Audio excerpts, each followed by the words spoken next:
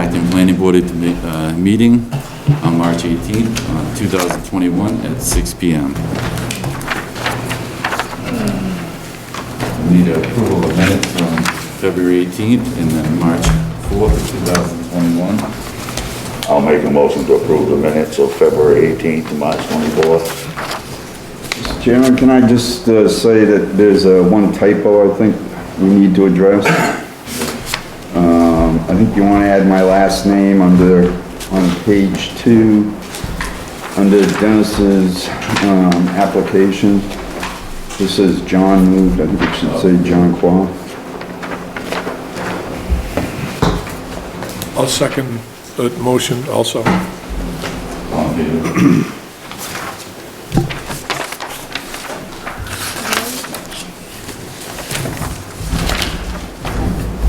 Give me a second. 2 minutes. We got a second in a minute. Yep, if you did. We did? Yep. I think Jim did. Jim did it. All in favor? Unanimous? Minutes approved. All right, can I call up Robert and Ann Civilli Yes, yeah. and Mike Demers? Robert and Ann are 152 10th Street,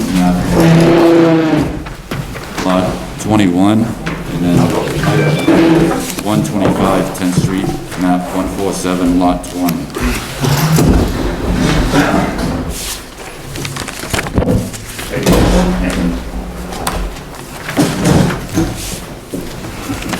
Good afternoon. We have received both of these applications. I've reviewed the sites relatively thoroughly and came to the determination that the road, 10th section of 10th Street that abuts each of your properties is in pretty significant need of improvement. It's difficult for emergency response vehicles to get up there. And with that being said, if you folks would agree to have some reconstruction done on the road, that would exempt the portion of that property or material being moved around for reconstruction. That would exempt that portion in the shoreline zone.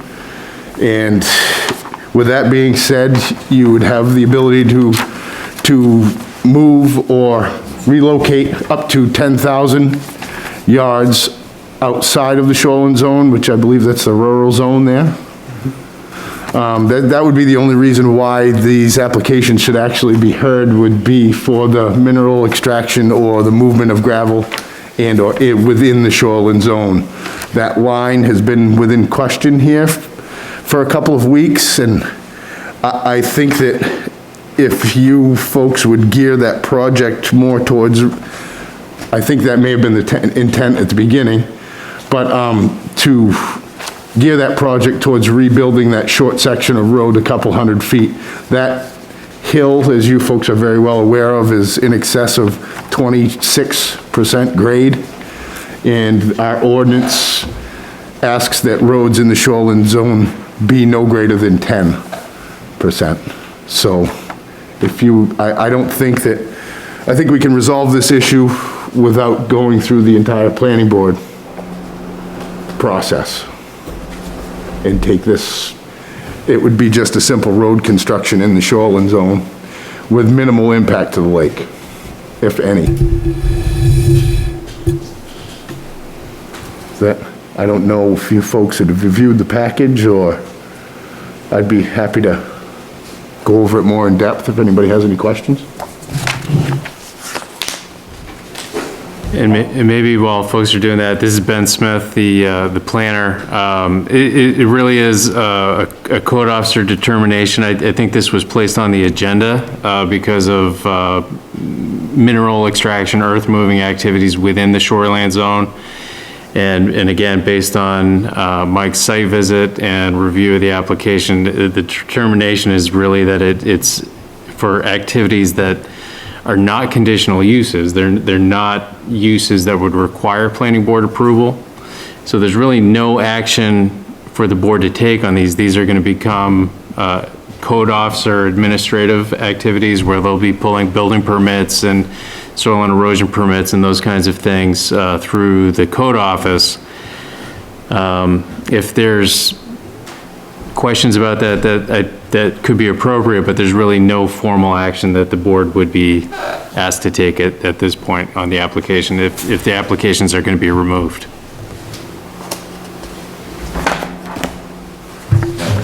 Yeah, maybe we could pull, do you have one of these, images of the site you could pull up for us on the big screen, or I could just use this packet?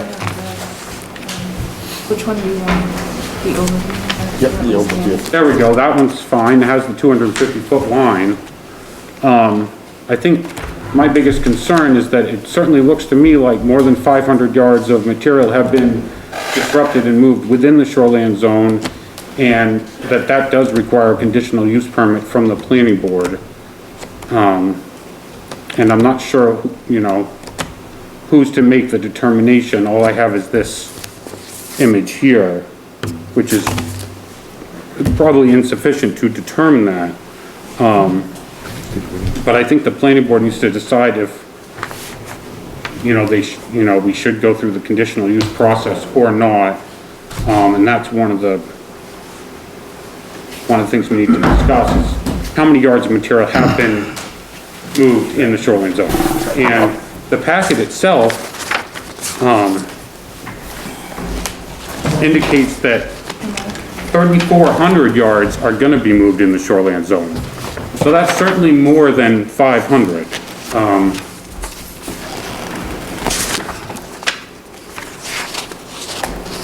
So I feel like we probably need to get some more information here. I'd like to get a topo map of the site, because once again, aerial photograph, it's hard to see exactly what's going on there. And I just want to point out too that, oh, there we go, that's a good one. Either one of those shows future area to be disrupted, which is also in the shoreline zone. And looks like it could be approaching the 100-foot line, but once again, I don't think the 100-foot line's on any of these maps. It's not, but it's not near, the house is on the 100-foot line, halfway into the house is the 100-foot line. Can you just indicate quickly for everyone where the house is on this, or maybe the previous one of those maps? Sure. Oh, they got one. If we get a bigger budget, we'll get two of these suckers. I'll take him. So this area right here is my garage, where the garage starts, so the house is here. And the 100-foot line is approximately in here. Okay, So everything is past the 100-foot line. okay. Well, that was one question, but we still need to get that probably on the topo map. So- Great to get the 100-foot line in the 250-foot line on there, This, so we can really see what's going on. Mr. Chairman? and this does not really show where 10th Street is. Can you go back up to That's a better map. the drawing? One more. Okay, so this is where 10th Street is, right? So it comes up here and into this area. So this whole area is what's being improved and that's what's gonna require that excavation down, right? So obviously this hill on that side, you know, we're getting closer to the shoreline. So what we would like to do is come this way with it, right? And reduce this area down where the existing driveway is now, right? And make this portion of the road in accordance with the requirements for 10th Street. So that's the area that we're talking about being affected. Thank you. With the slope. So then, when we're done, it's just this little triangle here that would be excavated for that 500-yard requirement. Mr. Chairman? I believe, Gavin, where I arrived at this decision is section 5.9. I'm sorry, excuse me, 5.7, roads and driveways in the Shoreland District. Yeah, The reconstruction of roads, which is what this section needs. Mr. Sabelli, can I see that, please?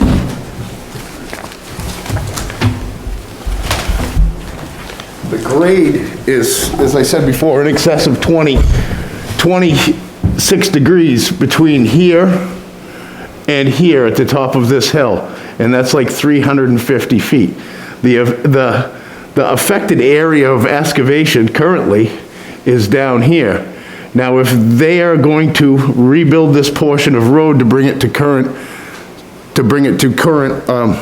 compliance with the ordinance, this is exempt from extraction because it's road construction and maintenance in the shoreline zone, per the Act and Ordinance, Section 5.7. And then, well, you would think they would still need a conditional use permit even if they were allowed to do it. well, I'd love it if you went back to one of the images that kind of shows how the site looks now. But I have a couple questions about what unfortunately, we're that looking doesn't at state in an that. image like this. Unfortunately, that doesn't state that in our ordinance. If you go to section 5.9, Yeah, I'm there. which references incidental construction, alteration, repair, and building, 5.8. sorry.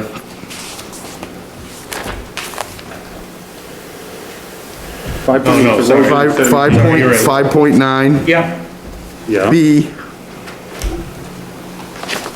Article 1, it references the incidental, that is also exempt. And Mr. Sabelli, in this larger portion up here, they were talking about the effect of the big pie area. The intent, we don't have an existing application, but in speaking with Mr. Sabelli, is he'll be back here, I'm sure, to review an application for a garage, for another accessory building.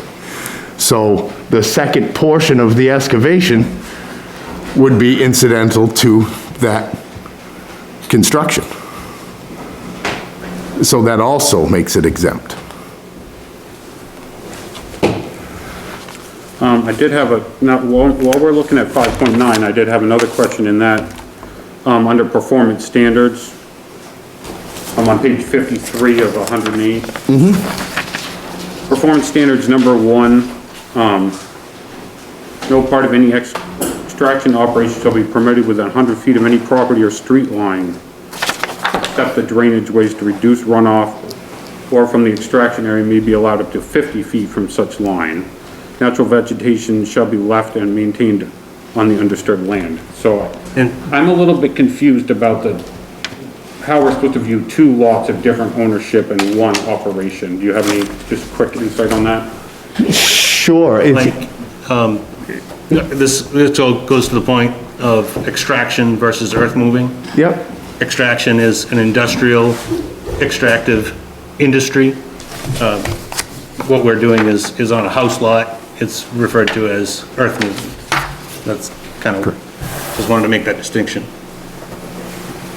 and my point, Gavin, would be to improve this section of road. If this section of road that is currently it's very difficult to get EMS up in there, and Mr. Zabelli is the dead end on this road. He's the last house on the road. That road has not been improved. The grade on the road is very, very steep in this section. If that can be improved, along with provisions made for erosion, I think it's probably in the best intent. Want to do a site review?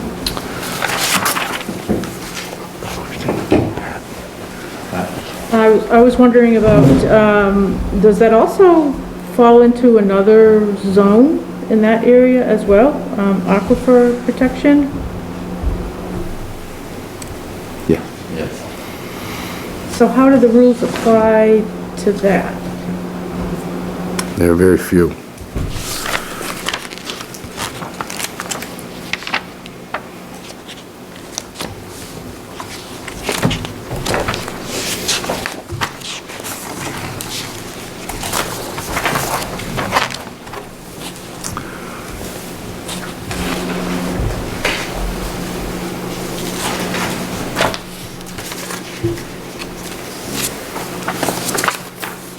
The Aquifer Protection Zone, Got page 44.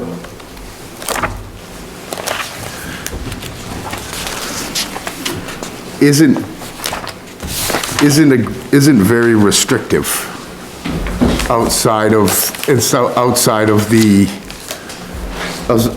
of polluting or anything being dumped or any contaminants put into the soil. It's not very descriptive in comparison to like the shoreline zone or, So I was thinking about the chart. Where's the chart? The land use chart. Yeah, that That's at the- applies to that. Page 18, 17?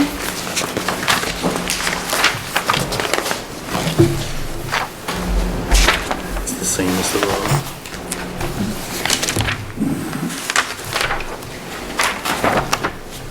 This is a chart they're going by. Other uses, page 16. Filling, grading, other earth moving activities. This is a transition zone, yeah. And that's how I came to a conditional use for more than 500 yards in the shoreline zone. was- Something short. Correct. In the chart. Out of shoreline. right. So what does ours stand for? That Yeah, ours restricted. I don't, I'm not Restricted, suggesting it's that got they an don't move the R road, I'm suggesting here. that we do, have to go through the for conditional. road use permit. construction? And that's, I guess, that's up to the board. Yeah. The land use chart, I would go under other earth moving activity. What we're applying, what we're trying to accomplish is the road, the garage, and the driveway, which has those exemptions. The other would be anything other than that. So, yeah, included in your packets, I had included a memo dated March 4th that raised a number of questions based on a conditional use and based on a presumption that these activities are filling, grading, and earth moving activities. The application, the conditional use application submitted by the applicants seem to be indicative of that kind of use. And certainly the land use table and the kinds of comments that the planning board members are bringing up related to the quantity of material, the amount of material that's being removed or moved around a site is very limited in the shoreline zone. It's much less restrictive when you're outside that zone. Part of my comments were, number one, where exactly is that shoreline zone boundary? Number two, it had to do with how much disturbances occurred so far and how much was going to be required to do the work in the road and site preparation activities for the garage on the other property. And we are really talking about both of these applications at the same time. They're two abutting properties, but in my description here, I'll talk about them both together and then we can talk about them individually if we need to. And on page 3 of the Demers application, it does compare, as you had noted, different quantities of filling, grading, and earth moving, depending on which zone you're in. So besides the basic questions of where's the shoreline zone and other, is this even a permitted use? Is this something that you can even do at all in where they're talking about it? So these were questions that I had.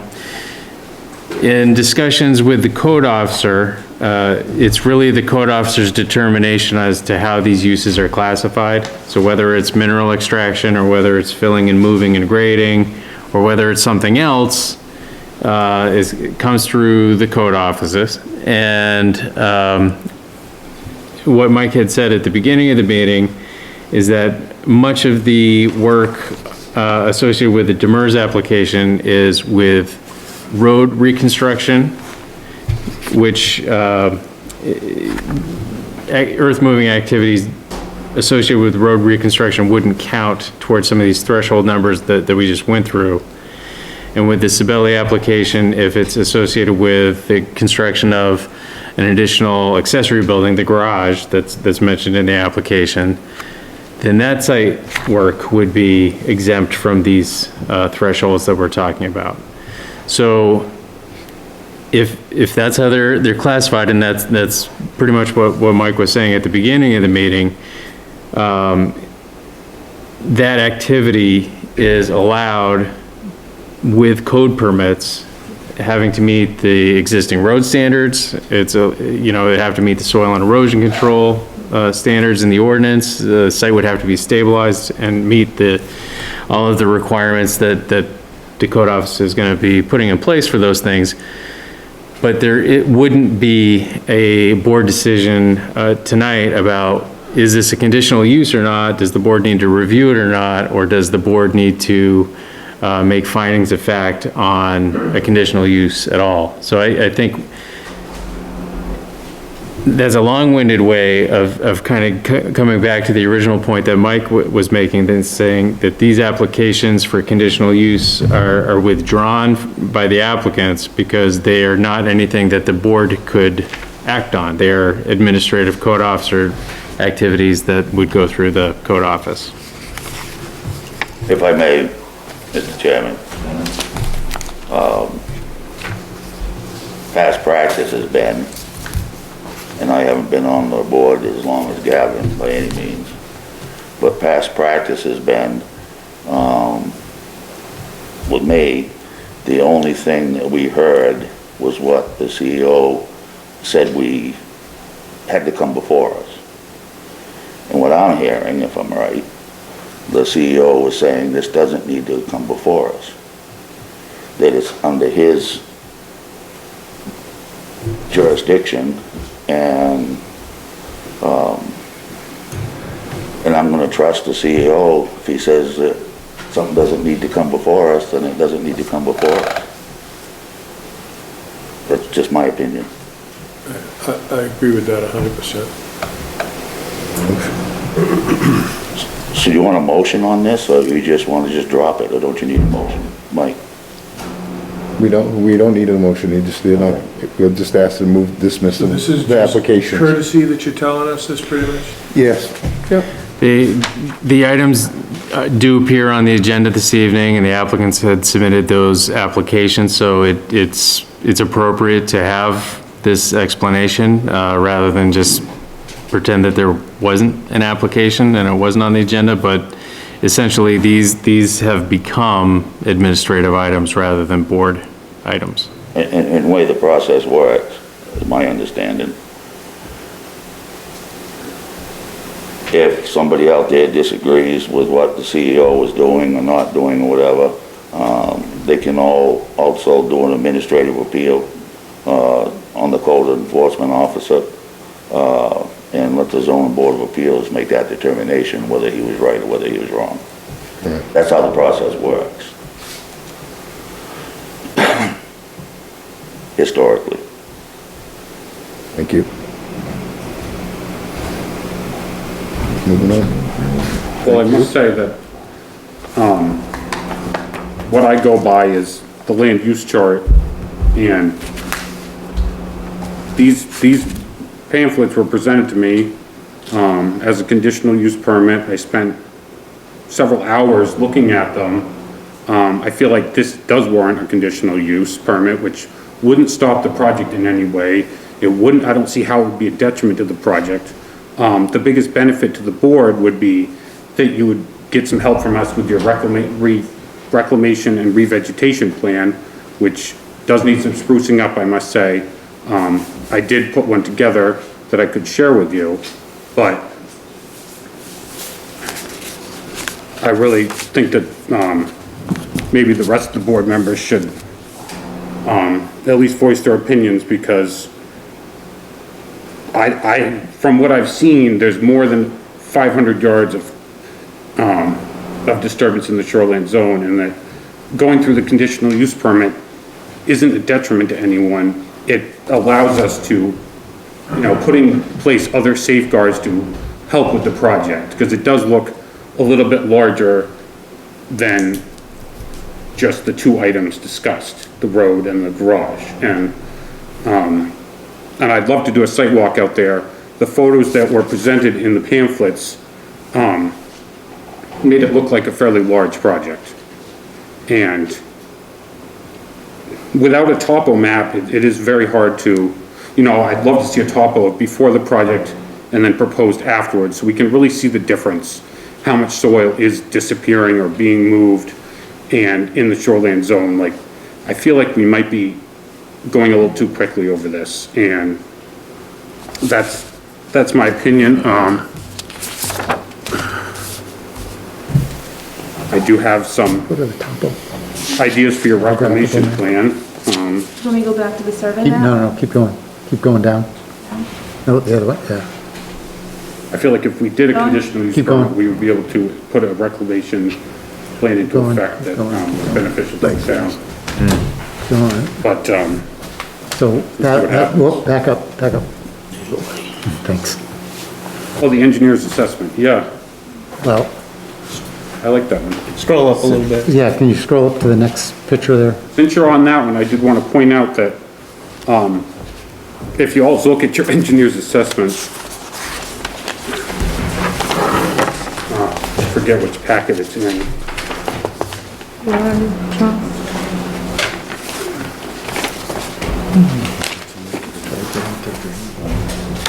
Where's that? Into the lake?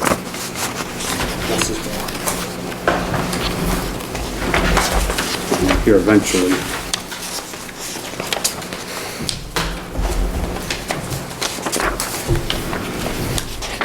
Here we go.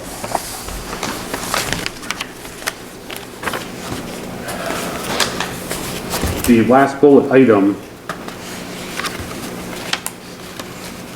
It's overall. stormwater runoff will be contained within the pit area. Makes it sound like a bigger project. So this area right here is where all the drainage goes right now. So that's a depression there that even in the floods of 2006, that did not have any water in it. And all of the slope from this hill and this hill came down into that area. And that contained all of the runoff.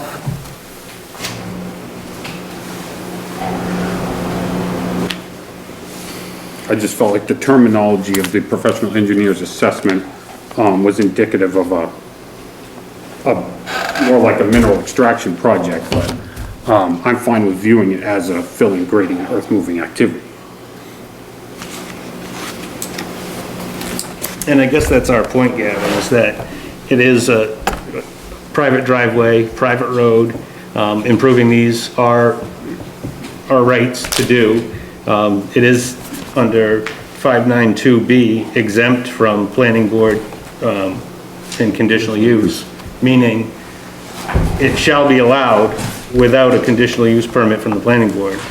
It couldn't be any more clear in my mind that these activities that we're doing, on my property, the driveway, on Bob's, the garage and the road, that this is incidental to those ends. The ordinance describes permitting authorities for different uses.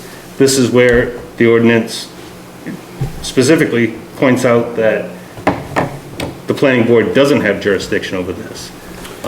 My driveway. You're saying in those two instances of the road and the lot, but without seeing those, if you broke those down as separate projects and showed us the amount of soil you were moving for those, and then I just feel like what we're looking at is bigger than those two projects, but I could also use more information in order to make that determination. Would you defer to the code enforcement officer who is on site? Well, it's for the board to, I really feel like it's for the board to decide if it's a conditional use permit or not, and it's not, it wouldn't really be I don't see how it's a detriment. I think that's, It's the role of the code officer to make a determination on use, and if that use requires site plan or conditional use review, then it's the board's job at that point to look at all the standards and requirements associated with that. But there are a number of things that are reserved for the code officer to do through that office, and based on the determination that has been made, you know, these items are exempt from conditional use review. I guess that's kind of what we were discussing was, is there any excess work going on outside these two items in this location? And I feel like there has been more than 500 yards of material disturbed in the shoreline zone, and it warrants a conditional use permit. Which I don't see how that really slows anything down. We got a question. Yeah. Yes, Scott McLeod, Asheville Construction. I'm not here for this project, however, I did play a role in building the house in that project over there. And I want to speak my point of what I see over there and what I experienced over there. I did have a worker slip and fall and get hurt over there. Sabelli's don't even know this. Ambulance came to the site. I brought the worker down the driveway because they couldn't make it up that hill. Now, also knowing the topography of that land and what I see they want to do, there's no way you can drop that hill and keep it at 500 yards. The only way that work can happen is to work the site is what's being asked, and it's better for everybody. EMS can't get up there. I know it. Thank you. UPS can't get up. That's my point. Mr. Chairman, Yes. unless there's some objection, I would like to make a motion that we put it back to the CEO where it belongs, and we move on. I'll second that. All in favor? I was wondering if you would permit me to read what I have for their, Reclamation. yeah, I mean, I honestly, what's in the packet is, I don't know. You put a lot of work into this. Well, I mean, this is our job as volunteers when we're presented with the applicants to go over it, and honestly, this is what I came up with. And I already expressed my opinion about most of it. But I do find that the reclamation plan provided could be assisted. Which, there's a couple of them that kind of look like this. One of them looks like this. There's a bigger one too. But of course, I mean, I can read it, but I don't know how, you know, we're gonna proceed exactly without. Mr. Chairman? Mr. Chairman? If you'd like to give that to me, because we can certainly sit down and work over what we're going to require for the sediment erosion control and their revegetation plan when this comes to a head, when it's time to look at those facets of this project. Yeah, well, I felt like it was one of the first things we needed to do, because we can't, say it was a conditional use permit, which we need to have a reclamation plan in hand before we can approve it, so that's how I came up with this, but. Vote. You get a vote to Move on. move on. All in favor? All not? What do I want? It's in your hands now. Yep, thank you. Thank you.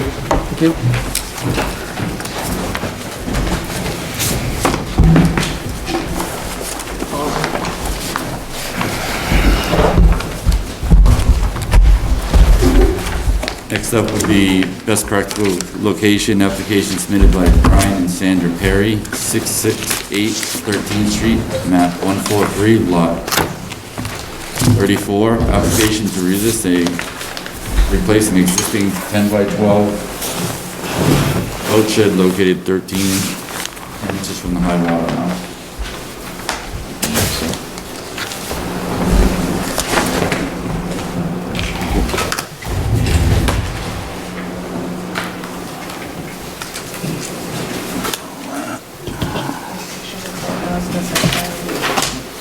Let's do the plot plan first.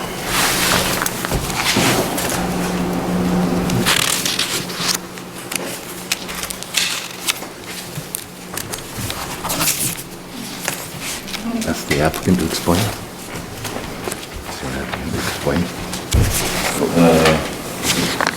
Yeah. Could you explain the project that you want to have done? Yeah, so we have an open permit to replace that shoreline wall. So it's made up of 3 layers. There's one that's near the water's edge, and Matt Colton's doing that one. He's 2/3 the way through. So he has the shoreline wall, and then there's 2 walls up. When he did that, there was an existing shed of that same dimension that he could not, it was sitting on one of those walls, and he couldn't do the work with that shed there. And so I'm asking to have that shed replaced in its previous size and location. And also in the same, the stairs he's taking the stairs out because they go over the walls. So my plan is to replace the stairs all the way up to the top. There's generally about 85 stairs from the water all the way up to the top property. So this is the greatest practical extent.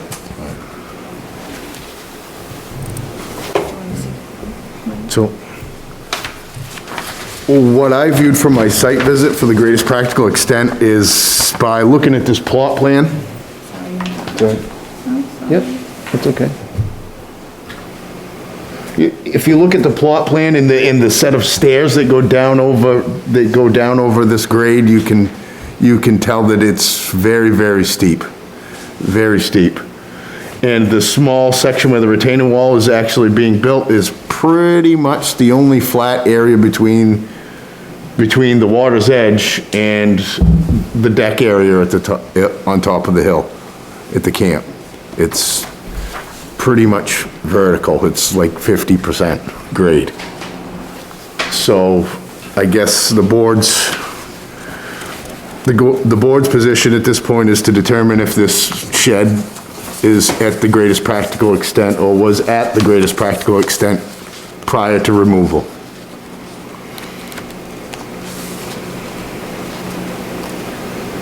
Do you want to go? I just had a question as to, did you use boats to remove and bring in new water, or did you go up and down the stairs? Well, we have boats down, so this picture to the right shows the grade. So we have boats down at the lower level, but it's so far away from the house. You have life jackets, paddles, everything, you know, that requires to go with those boats is in the locked in the shed and secured. There's only so much you can secure on the shoreline. And taking the boats up and down. No, I'm talking about the lumber for, demoing the shed and rebuilding it, the lumber itself. I was just wondering how it was maneuvered. So the barge, so Matt has a barge, that's how it went out. And it's gonna come, Country Style Sheds in Shapley is agreed to do the work, and what Matt will do is deliver the materials in the shed via barge, and they'll drop it in that way. It's the same size shed. Yes. I see no reason to change where it is myself. Place for it. Motion? Motion.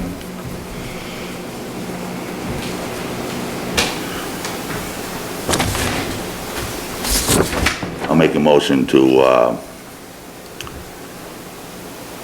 approve the application submitted by Brian and Sandra Perry, 668 13th Street, map 143, lot 34, to replace the existing 6x12 shed in the same location. That was I a got it. typo, right? Yeah, it was a typo. It was a typo, it's actually 10 by 12. All right, sorry, 10 by 12. I'll change my motion. All right. Second, I'll second. all in favor? Thank you. Thank you. Thank you.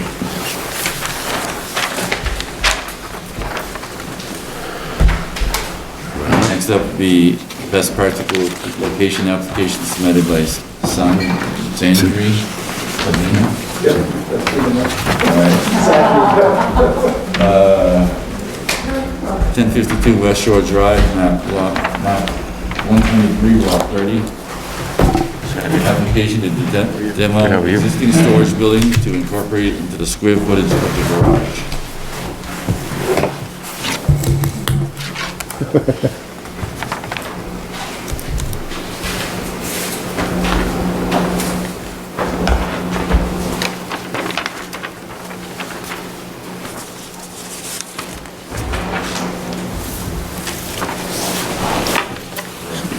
How you doing? This is Sean Woods, construction hired here with Slattery to perform the work here on site.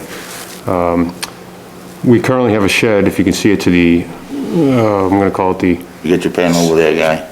Your red dot. It's on your, right on your left side. oh, sorry.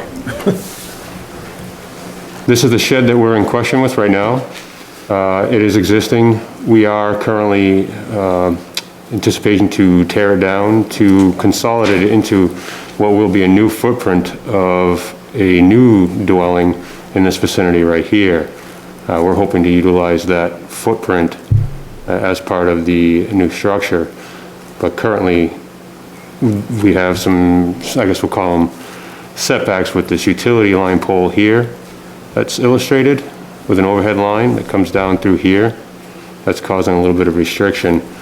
But we're just looking to get the advice from the board as to its best practical location and see where you guys find it best placed. So what you want to do is tear down the shed and use that square footage as part of your 30% expansion for your garage. That's correct, yeah. Some of the shed is outside of the 100 feet. This dotted line right here is illustrated, so about 40% is in the 100-foot mark, and about 60, I would say, is out. Actually, the 100 is the pinkish, the purple line.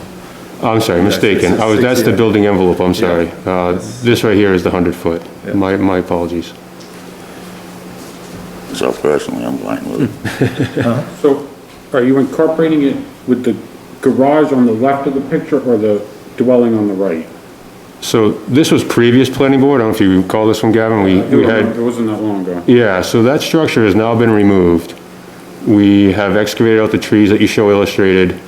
Upon some further discussions with Mike about our volumes and what we were looking to utilize, we've now decided to shift the anticipated new structure's footprint back to this location here and take advantage of this space as well, because this shed is it's rotting from the ground up and it's in dire need of replacement. So we're hoping to renovate that and utilize that as part of the new structure. Or as a garage. Yeah, correct. And it may or may not be connected to the existing dwelling. We're still in the process of conceptual drawings for that at the moment. I think it would have to be attached, wouldn't it, if it was part of the 30% of the house, or, I mean, you could have it, I suppose you could have an attached garage, but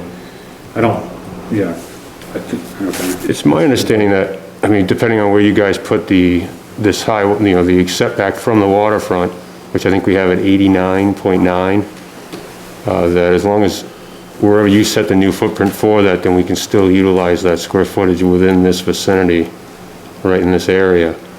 But that's, I think, something that we'll determine once you guys give us a high water setback to work within, based on this structure right here. And we gave you 45 feet last time.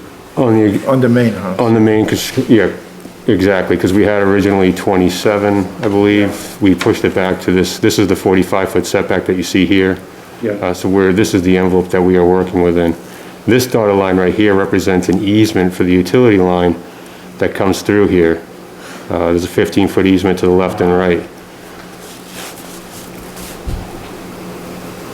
I think as long as you don't encroach on that 45 feet we already prescribed, we're pretty happy. Unless Mike has something. Nope. I'm okay with that. Like I said, I was fine with it. Motion?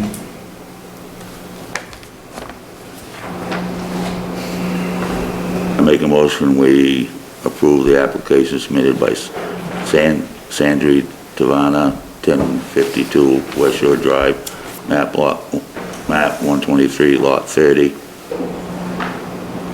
to demo existing storage building to incorporate into the square footage of the garage. And that was the only part that confused me. I thought we were talking about the Be the garage to house. the left. Sorry about Should that. be in the house. So maybe we should maybe make sure that it is house, not garage, Correct. just for your sake too. Okay. Go ahead, Gavin, you make the motion. No, that is the motion, Dennis, your Your motion, I second Dennis's motion. Just change the word garage to house. Exactly. All right. All in favor? Unanimous? I really wish, honestly, that some other people would make some of these motions so it doesn't look like I'm trying to run the planning board meeting. You're doing fine, Dennis. Well, You okay, your board? yeah, I'm sure. You're the only one. Oh, thanks a lot, guys. Thank you. Well, you know. Stuff going on.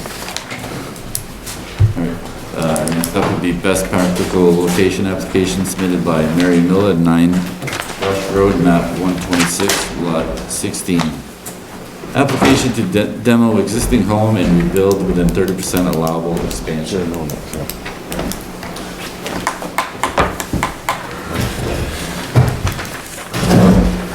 Yes, good afternoon. Scott McLeod, Asheville Construction. I'm representing Mary Miller for this proposed relocation and rebuilding of a camp over on Square Pond. And the packet, as you can see, we've got a proposed location for the new structure. Be on page A0.1. Sure, which one you have up there.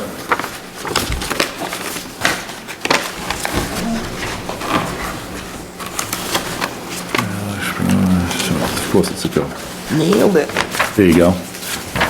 So across this, you can see our setbacks.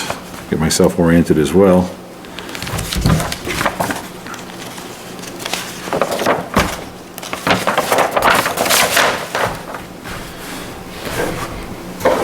.100-foot mark, proposed location, and actually, it may be better to go to A0.3. You can see it quite a bit better, I think.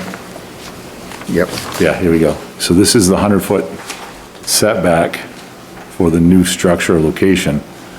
Looking to pull the structure back. The old one that's existing, which I'm not sure, did I give you a copy of the old existing structure? Do you have a layer of that where it shows related to that 100-foot mark?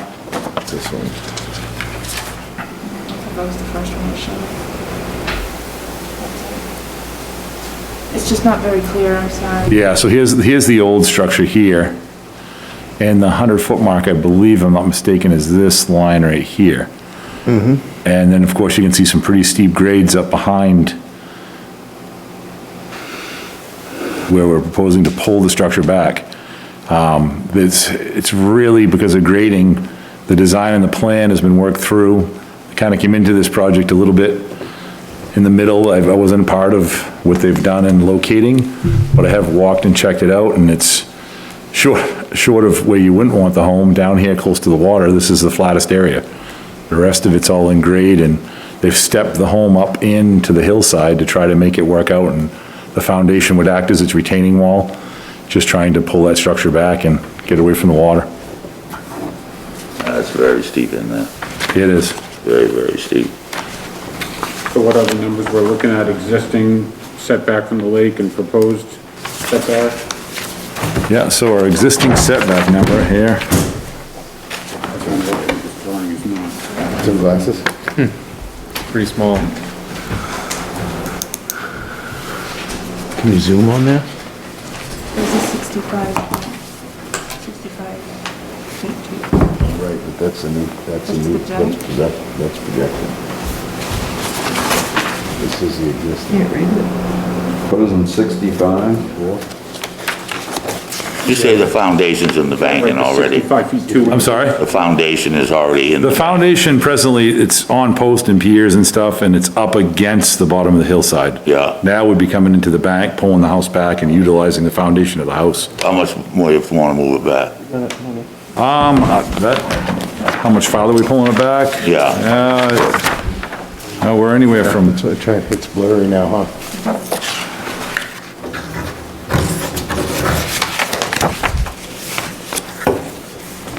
should have been, there we go. I think it says 55.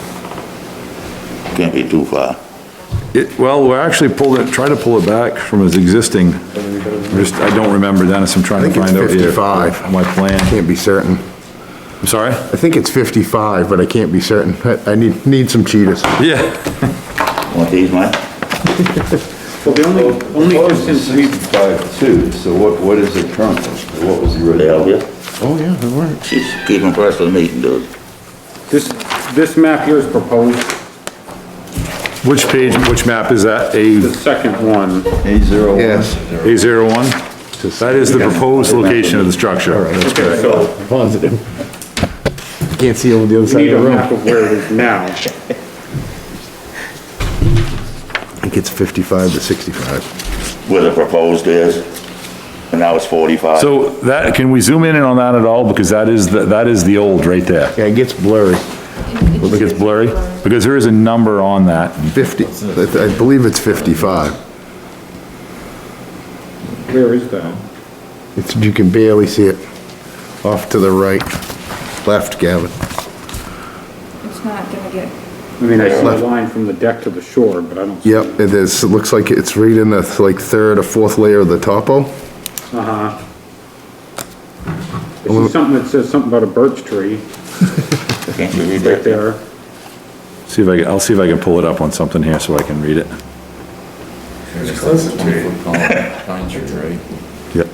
Yeah, it looks like two little. We got 20-inch pine tree, 10-inch birch tree, 14-inch pine tree.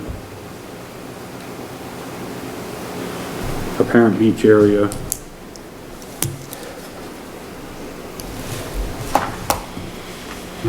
The scale on the bottom that I was looking at, like 60 per inch maybe?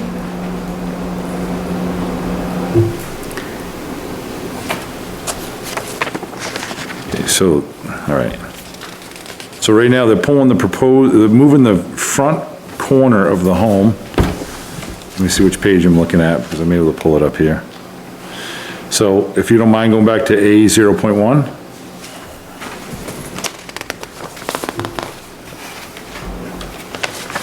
And the location on the deck right here is, this is the old deck. This number here is representative of the new, this porch here, the steps coming down off the front of the house. That point is 65 feet to here. This is the old structure here in front. You can see the old part of the home. So you can see what they've taken the house and tried to pull it back from the water. So the distance presently, let me see if I can see that number right there. 65. Well, the 65, Dennis, that's actually the new. The old is 45 feet. 45. So what you're looking at is you're looking at best practical location, no closer than 65 feet of the water. That's correct. From 45, and I can actually, if you want to touch my phone, you can actually see much better where you can zoom in and see that number. I see it fine now. This number here is 45, that's 65. So Yep. front corner of existing is 45, new is 65, and it's right there. This here is representative of the old house. It's kind of blurry, so it's hard to see. It looks like one big house, but actually it's sitting right on top of part of the old. Sure. Mr. Chair, did you have to cut into that grade to locate the house that way, or is it located, it looks like from here, it's almost over? It's cutting Part of into the the hill. grade of that and going up in steps as it goes up the hillside. Okay. If we go to page A0.2, do you have that page on site?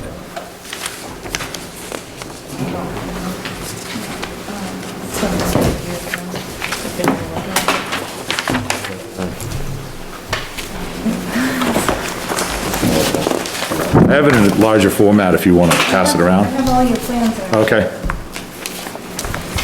Oh, yeah, so you have a full size. Yeah, that'll be a lot easier to see. She is so good, I tell you. What a godsend.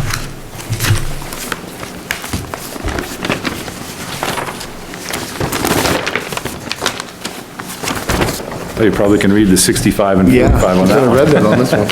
Want my glasses back now? No, I think I can read this one. I'm in good shape now. Upside down. 2. Nope, they're up the other way.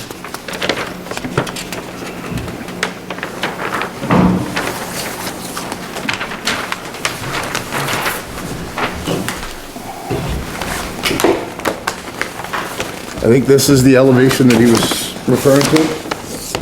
Can everybody see this side? Yes, and that point right there is the 65 feet. The rest of it goes into the hillside, so we're definitely excavating into the hillside to get that home in there. But the old houses roughly would be out here around 45 feet, and we're at 65 here. And then pulling the rest, and you can see how it goes up the grade. Or into the hillside, if you will.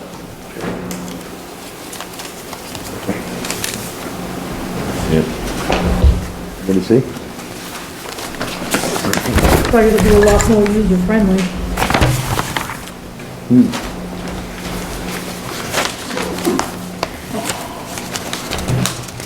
I'm fine with everything. You're gonna have to do it again, Dennis. All right, get my glasses back on, couldn't hear you. Let's see. I make a motion to approve the application submitted by Mary Miller, 9 Thrush Road, map 126, lot 16, to demo the existing home and rebuild within 30%, no closer than 65 feet from the high water mark. How they do? Good. All right. Second? Second. That's one. Any discussion on this, or? Not much, just, I think it would be great to have a diagram in the future of just the existing house, because that's what we're supposed to be looking at. It's confusing when they put the proposed on there. But other than that, no. All in, favor of approving motion? Unanimous. Thank you very much. Thank you.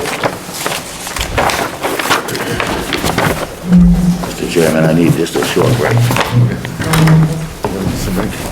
Don't ask. Here you go. Oh, thank you very much. From here. Well, yeah, I mean, the thing is, it's like, yesterday morning, I thought we had a public hearing. You know, we're supposed to have these materials 2 weeks ahead of time, so I have time to review them. You know, some people choose not to review them, but that was kind of, you know, that was a lot to do in a short period of time. I think we're You know, trying to work that way, but we're trying to get caught up. no, I'm not blaming the land use office. I'm saying that the applicant should be dealing with the fact that they can't just push it through all of a sudden. Well, I think that, I was talking to Ben about Though I this know the land use yesterday. office got the materials sooner than We that. need to change the submission date to obviously more than 15 days. Yeah, it'd be right? very helpful to get submissions in a week earlier to have a little more time with them before they get to this venue, so that things are a little more, On the land use and on the board side. Is that an ordinance change, or can we administer? It's already in there somewhere that we're supposed to have it ahead of time. I just didn't put my. we need eyes on it. to look at it and see. Thank you, Mr. Chairman. I think, hey, Mike. Okay. Chris, do you need me to stick around for the MMA training discussion or anything? Okay, maybe I'll sneak away while Yeah. we're having an intermission. Thank you, Ben. Thank you, Ben. Nice seeing you. Talk soon. Election of the secretary. Yeah, I hope the roads aren't freezing up yet. Yeah, Good night. start with the bylaws, ask if everybody's seen the bylaws. Ask questions tonight? She is just, yeah, he's doing this now. Actually, do you wanna just ask, can we move with, Can we talk about that for a second? Zena, she's, instead of her waiting any longer? That's okay. Yeah, would you like to come up to the? Okay.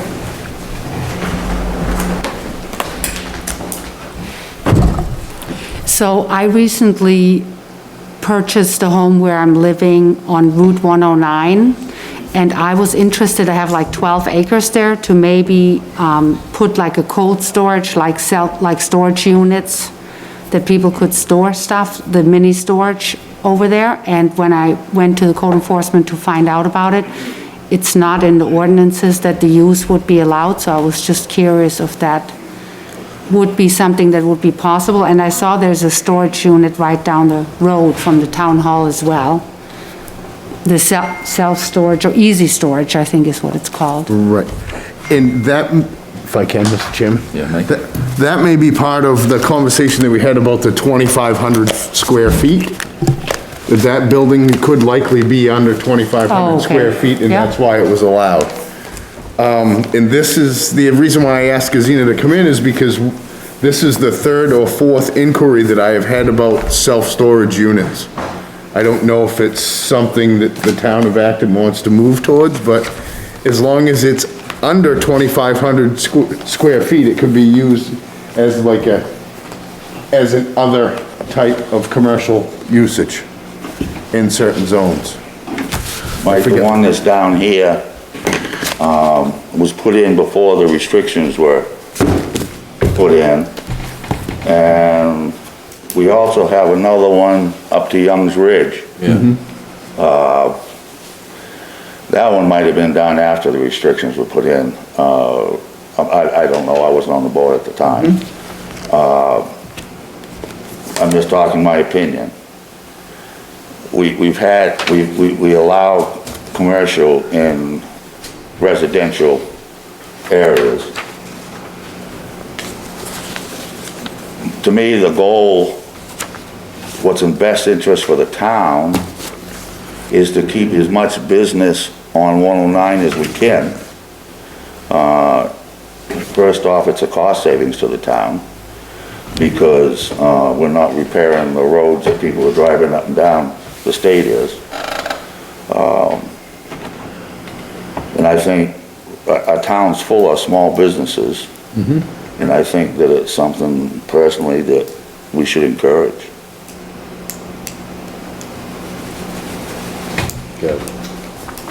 What is the proposed size of your structure? So I'm in the early stages to even find out if that was an option. I don't have plans and stuff yet because I wasn't sure if I would be allowed to move forward with that, like mini storage, and I wasn't sure if I was going to have, I wanted to make it appealing, it would be accessible from 109, make it like nice looking, that it's, you know, nice. Either I thought about maybe shipping containers to either split up inside so you have different sections for a mini storage depending on what sizes, or have a metal building built that people could store, you know, whatever, just self-storage or cold storage, storage like that. I was just gonna point out, I didn't know if you were aware that the planning board's putting forward, an amendment to the zoning ordinance to include the construction of storage buildings. What we're putting forward is storage buildings not exceeding 5,000 square feet, so I'm pretty sure it would apply to it. What square footage did you say? Not exceeding 5,000. Okay, yeah, So, Okay. if you're under 5,000, which it seemed like. I didn't know that you this- guys are working on it. This document we're putting forward seems like, So that's in for the next vote then, Yeah, Gavin? for a town meeting. That was one of the yeah, I'm ones we just just putting it approved. out there that, it's on the radar of the town, and that, it would be sensible perhaps to look at your application as a conditional use, because that's what it would be if this thing was to be voted in. But, Then I would say that you wanna get the ball rolling and get your conditional use before town meeting. I can hustle, That's what I would do. Then you don't have to take the chance. okay? That's what I would do myself. does that make sense to everyone that it would be a conditional use in this case? Yeah. I mean, 'cause since it's not in the ordinance, we don't know what it would be.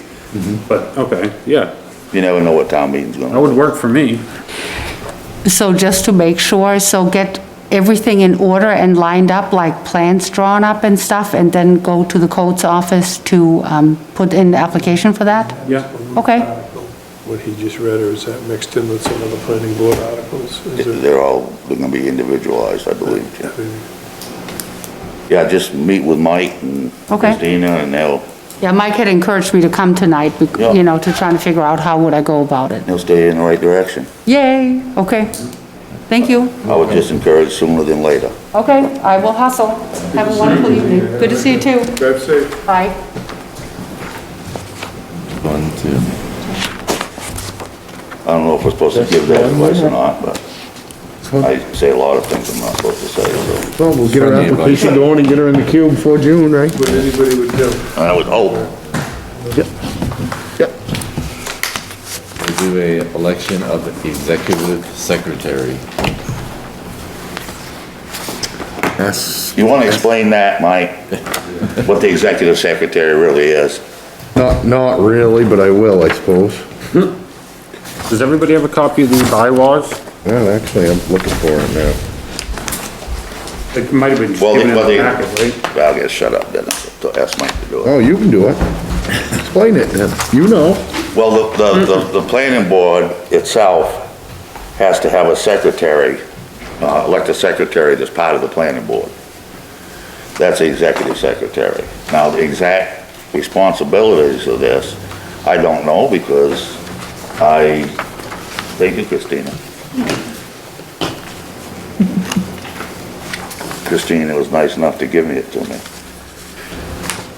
The executive secretary shall be responsible for approval of all information, including but not limited to conditions set when issuing permits before the recording secretary types the minutes and signing the planning board minutes after acceptance as is or with corrections. So what that executive secretary really does is, I know one thing, if we have a site visit, they gotta record whoever's at the site visit. That's one of their responsibilities. And then you work with Christina to make sure everything is the way it's supposed to be. So when the minutes come to this meeting, they're accurate and there isn't poor Christina trying to figure out what Dennis Long said at the meeting. It's more than one person. Because sometimes it's kind of hard. Jim knows. I always go around in circles. He'll tell you. So basically that's it, but it has to be some member of the board.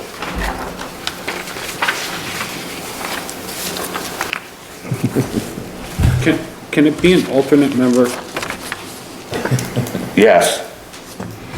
Yes, because Donovan was. So it happened in recent In history? past practice, it Okay. can be an alternate member. Okay. This says that the chair and the vice chair shall be full members, but it's silent on whether the executive secretary has to be a part of the board. Well, that's what I said, past practice, we have had alternate members, the secretary. Donovan was the last time we had a secretary, Gavin, Yeah, yeah, and he was an alternate. yeah. But and the duties are actually less than they used to be, because they often send the camera person with us on the site walks now. Well, now they started doing that, but I think you still have to. You still take minutes, but there is some recording. I think you still have to, by law, record who's at a site visit and stuff. Yeah, yeah. But they don't have to take quite as detailed a minutes, because we have the. No, tape just too. who was there, usually. Yeah, That's how it's been. yeah, And the executive secretary runs the meeting or opens the meeting if the chair and the vice chair are absent. yeah. We've only been through that one time that I know of, but it did happen. And the executive secretary is when it opens the meeting up. Yeah. That settles it, does. What's that? I said that settles it, you can run a meeting. Right, so who's gonna, I'm not doing it. No, I'll look for nominations. no, I got it now. I appreciate it, but no. Look for nominations. I'll nominate Pat. I nominate Dennis. You know what? See how many? Nominate Dennis. No, I decline. I decline. Okay, now we're down to Don? the other people. Yeah, Jim's busy. Does Christina get to decline? Has to be a member of the board. Yeah, that's it. I know, I was talking about all the Is other that the stuff. law or is it in the bylaws? That's a bylaw. But it's the state law? It is a state law that you're supposed to have 3 officers, You gotta have a meaning the vice, the chair, the vice, and the executive secretary. All board members. Yeah. And the chair and the vice chair can't be alternates.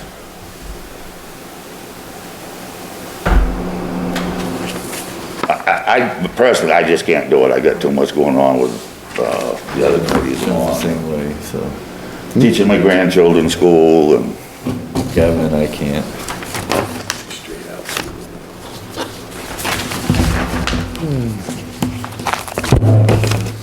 We tried. well, the thing is, I guess that, you know, I mean, myself personally, I mean, Pat declined, but I wouldn't mind nominating Jim Jim Rule. Driscoll. Oh, buddy. He didn't decline. Get a second? No, I can't. Huh? I get so much stuff going on right now.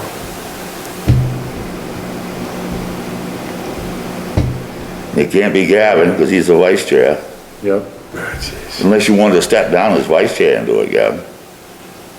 I'm good. You're all set? I'm happy with vice chair, yeah. Okay. Well, maybe we can, Get a new alternate and ask them. yeah, we'll table it for another month. See what? Well, till our next regular meeting, because our next 2 meetings are on Zoom, right? And I'd much Just rather table do it for a little bit. something. Let me think about it a little bit, just all of a sudden. Well, you know me, I don't like to put you on the spot, Jim. We can come back to it. We can come back to it, table it for now. Then our last item? And our last item is MMA training. Chairman? Yeah. I get a lot of these trainings via email, and I thought that this one is geared, it's very basic training. It's geared for both the planning board and the Board of Appeals for new members specifically. I have got approval from the town to fund our training. I just really need a show of hands of how many people would like to go. It's going to be April, the 21st, the 22nd, I'm sorry. And it's from 4 PM to 7:30. And that's also a Zoom meeting from MMA. So they'll be hosting that. How do we sign up, Mike? Raise your hand. So it's not physically going to Portland, it's a Zoom. No, it's a Zoom meeting. We can do it from home, do it here, wherever you have capability. I'll do it. Okay, Chair's gonna do it. 3, 4. Go ahead. I'm not sure. I mean, I have done one of What's these. that? No, I'm not gonna do it. Come back, Sorry, you I know. just don't have time. I'll tell you, it's crazy. John, you're. Yeah, John's in. Jim, You get- so there's 4. Yep, Right. it's just 4 of us. Yeah. Well, myself, you. Great. You send us a link and we just jump into the Zoom? Yeah, we'll send you a link and all of that. Jennifer's gonna set you up with your planning board email, How about, and you'll get the information. okay. I had trouble accessing that last time. I could access it the first time I got into it, but ever since I can't get into it. Yeah. A lot of problems. You're using your phone, Pat? Sometimes, yes. So- Yeah, more often than Yeah, not. talk to Jen about that, because I know past members on the planning board, Thursday. warrant finance committee. It's a Thursday again. Whatever, and It's she'd an get off on your week. phone and do, I'll figure it out. and fix it. Nice. So Christina, if you wouldn't mind sending it to the other email that I have, so that I don't miss it. Oh, that's true. I can get the link. Yeah, 'cause she'll do something. She did it with, We have everybody's contact, right, so we can just call them if we need to. one time when I was here and Tucker was here doing something, and he'd said he hadn't got the webmail. Okay. And she took his phone and did something. So we gonna table the election of secretary till the next meeting, or? Yeah, we'll table the election to next secretary, to the next meeting till, May. After the. May? Yeah, after the Zoom meeting. yeah, well, we'll table it till May, the first weekend. Yeah. First meeting in May. I know from experience, Chris, when you do these Zoom meetings, it's not the easiest thing in the world. Yeah, it's not a good time. You know, it can go good, but you can lose people go away, they come back, and you gotta, Somebody hacks in.